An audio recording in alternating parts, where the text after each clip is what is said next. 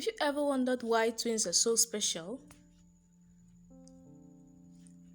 On the morning of November 9th, 2003,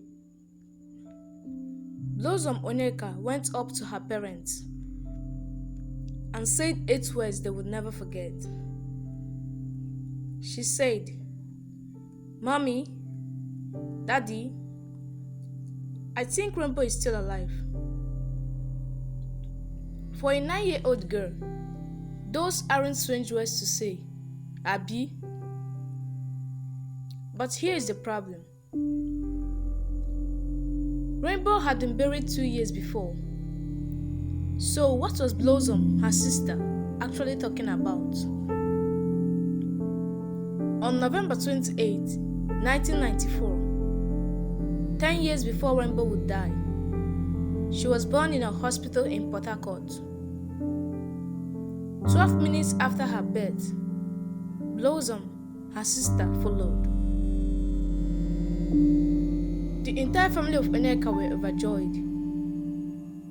There wasn't really a history of twins in their family, so the birth of twin girls was considered a blessing. Mommy, daddy, uncles, aunties, grandparents, cousins, and family friends, everyone adored the beautiful twin babies. The twins grew up in love, and as the years came and went, they behaved like twins did. Matching clothes, regularly confusing people, being close all the time. Except the Onyeka twins were a little bit odd.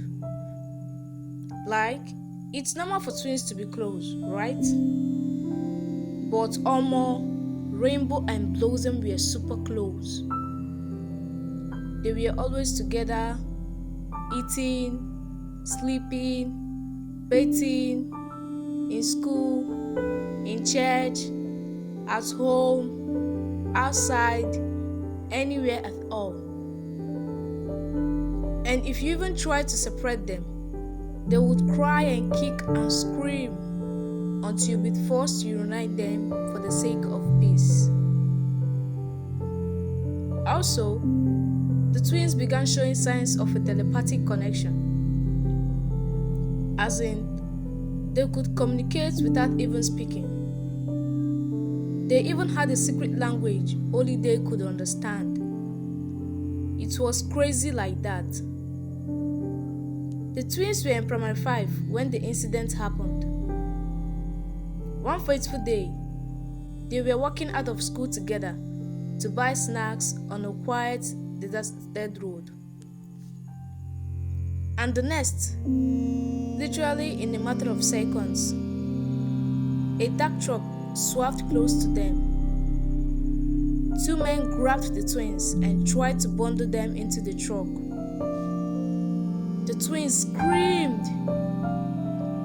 One of the men had already pushed Rainbow into the truck. The other man was unlucky, as Blossom beat his hand so deeply that he shouted in pain. This allowed Blossom to break free and make a run for it. As she ran, she screamed for help, screamed for her sister. People began to come out of nearby houses, but it was too late. The dark truck zoomed off with Rainbow and the strange men inside. The date was 12th March 2003. As you can imagine, this incident shocked the Onyeka's family. Daddy and mommy and everyone else panicked and got the police involved as soon as possible. Strangely, Blossom remained stoic. Sure, she was sad and worried about her sister.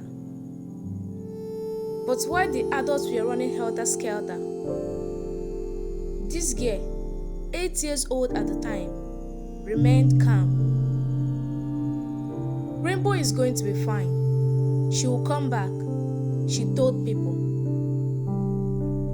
And people were like, God, I beg, go. There was nothing the police could do except issue public notices asking people with information about Rainbow's whereabouts to come forward. For days, the parents were kept in a state of fear and anxiety, as nobody had reached out to the family yet about a ransom. Days passed, nothing. Until one morning, a couple of iron condemned peddlers found a body near a dump site. The body was burned beyond recognition, but close to it were pieces of clothing, a school uniform, sandals, and a school bag with items inside. The police were alerted, and yeah, you guessed right. The items were identified as belonging to the kidnapped and missing girl, Rainbow Onyeka. The uniform was hers, as well as the school bag and the books inside of it, like her Premier English textbook and Vista notebooks. When the police informed the parents and news filtered out, Mommy was distraught. Tears and wailings consumed the family as everyone struggled to make sense of the fact that Rainbow Onyeka had been brutally murdered. It was terrible. Blossom, strangely again, showed no emotional response to the news of her sister's death. Even up to the burial and after, Blossom was just quiet through it all. When people pressed her to know why she was being this way, baby girl simply said, "Rainbow is not dead." And the people said, "Hey, yeah, she's still in the denial stage of grief." Chai. Time passed. The entire family struggled to adjust to the new reality of losing a child in such a manner. It was tough, alright. And there was Blossom, carrying on as if nothing had happened at all. She would even keep food for Rainbow, copy notes in class for her, dress her bed in the room they shared. She stubbornly refused to accept the fact that her sister was gone. At least 6 months passed before the dream started. At first, Blossom thought that she was just having weird dreams.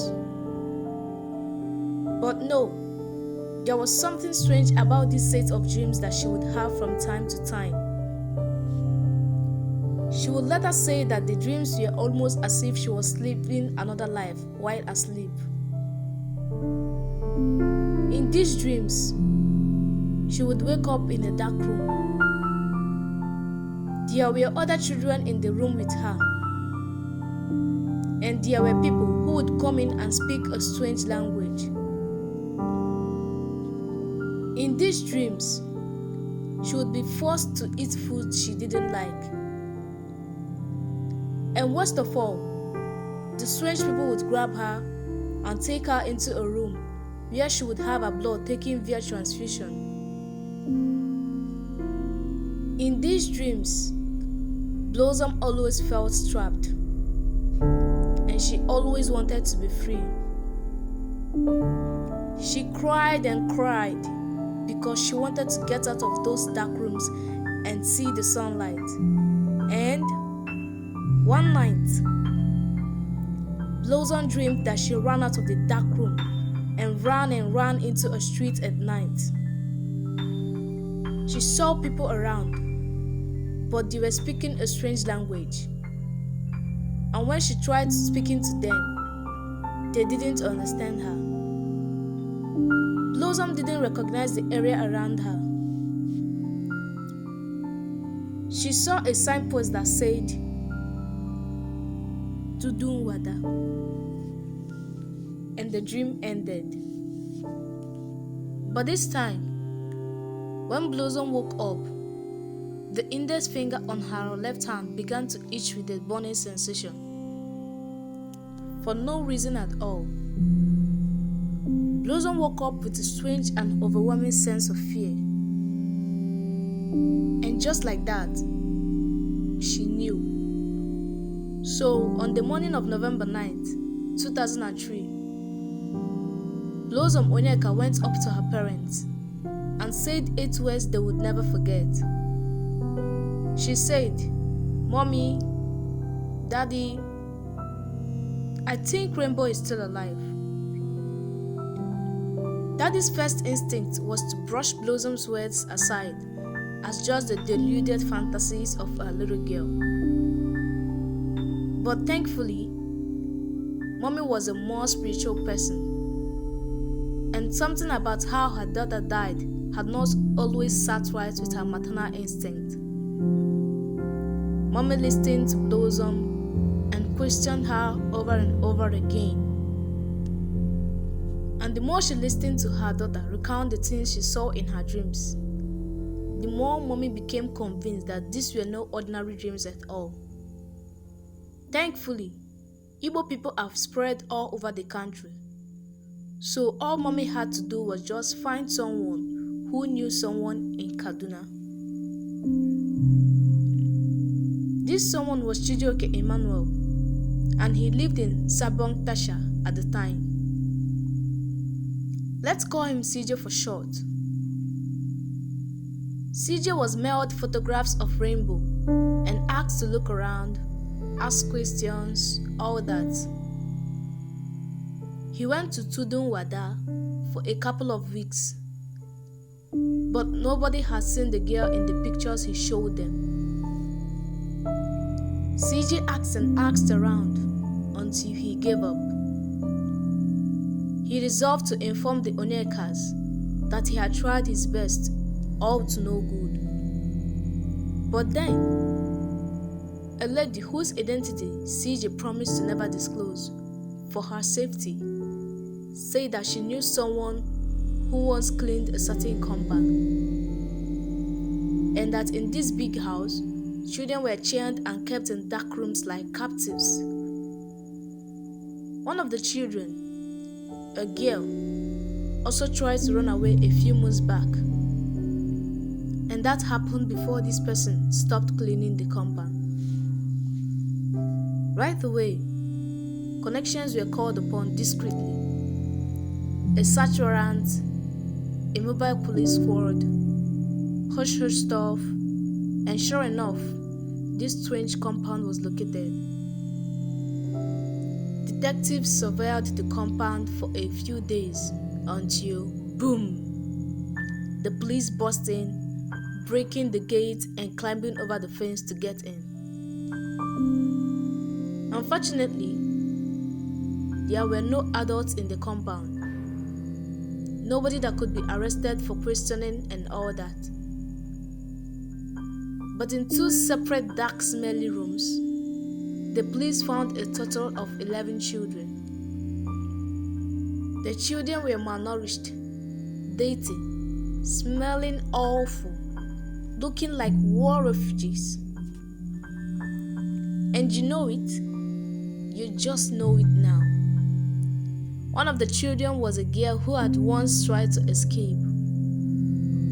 And when she was caught, her index finger was cut off as punishment. Her name, as she whispered it weakly to the police, eyes blurry from lack of sunlight, was Rainbow. Rainbow Onyeka. The date was April 7th, 2004. Hold up. Wait a sec. If that was Rainbow, what really happened? And who was the little girl buried in her stead? For that, there are no answers. But it is probable the body could have been taken out of a morgue and burnt to create the deception that Rainbow was really dead. After days of treatment and recovery in the hospital following her rescue, Rainbow would reveal that she was unconscious for most of the time before she was brought to Tudun Wada. The journey from Rivers to Kaduna was something she only remembered in bits, as she was constantly drugged and hidden within vehicles. But just like the other children she was held in the room with, Rainbow knew little about the people who kidnapped them. They only took our blood and gave it to a man inside the main room, the children said. However, the police would never be able to arrest anyone in connection with this strangeness. Not the kidnappers, not the women who oversaw the children, or those in charge of taking their blood, or even the oga who needed the blood itself. This led many people to believe that someone from the police must have tipped off these unknown people, giving them time to flee and abandon the children. Till today, those people are still out there, and only God knows what they were all up to. Of course, Rainbow and Blossom were finally united at last. They literally cried when they hugged each other for the first time in a full year. Mommy sang praises to God with tears in her eyes. Daddy rubbed his bald head. Everyone else was like, oh. It was such a beautiful ending to what had been a dark ordeal for the entire Onyeka family. It's now been 20 years since this happened. At the time in 2004, the Onyeka's kept certain details secret, like how Blossom knew where Rainbow was, and they avoided media attention. The family later moved to Eket in Akwa Ibom and have been there for many years now. The twins, they have grown up now, and today, November 28th, is their 30th birthday. Unbelievable, right? But yeah, twins are special like that. They remind us of how crazy nature can be due to their duplication. While some cultures celebrate twins as blessings, others feared and misunderstood them, even dreading their perceived power. Insert historical bits about how miraculous stopped the killing of twins in Calabar. There is no denying that the best twins are the ones that share a strong, almost inexplicable bond. If you need more proof that twins are special like that, check out the mysterious cases of the Pollock twins and the silent twins. Wow, shout out to the amazing twins out there. What an emotional and mysterious journey, right? If this story of the Onyeka's twins left you amazed, don't forget to hit that like button, subscribe, and turn on the notification bell so you never miss an unbelievable stories like this one. Share your thoughts or any similar experiences in the comments below, and feel free to share this video with twins you know, family and friends who loves twins. Thanks for watching, and I'll see you in the next video.